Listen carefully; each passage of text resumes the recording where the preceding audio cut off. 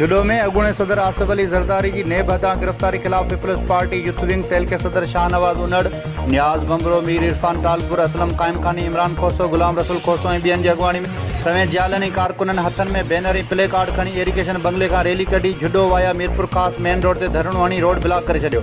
इन मौक़े ते अॻवाणनि मीडिया सां ॻाल्हाईंदे चयो त नेब वफ़ाक़ जूं फरमाइशी कार्रवायूं करे सिंध मां सूबाई ख़ुदमुख़्तियारी जा इख्तियार वापसि वठण लाइ ज़रदारी खे गिरफ़्तार कयो आहे, जेको अमल गैर जमहूरी ऐं आमराना निज़ाम जी सुञाणप आहे।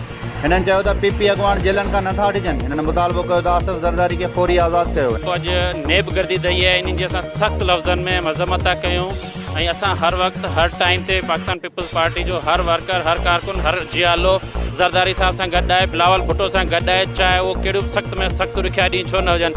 ही जेको आसिफ अली ज़रदारी साहब खे गिरफ़्तार कयो आहे, इहा का असां लाइ नई ॻाल्हि न आहे। ज़रदारी साहब अॻे बि 11 साल जेल काटे आयो आहे ऐं तॾहिं का बि शइ ते साबित न करे सघिया। 11 साल रखियो वियो, उन ते टार्चर कयो वियो, उन्हनि खां उहो न झुकियो ऐं न ई उन ते कुझु साबित करे सघिया। चेयरमैन मोहतरम जनाब आसिफ अली ज़रदारी जी गिरफ़्तारी जी सख़्तु लफ़्ज़ में मज़म्मत कयूं था। असां पंहिंजी मरकज़ी क़यादत जे हुकम ते ही नंढो एहतजाज कयो आहे।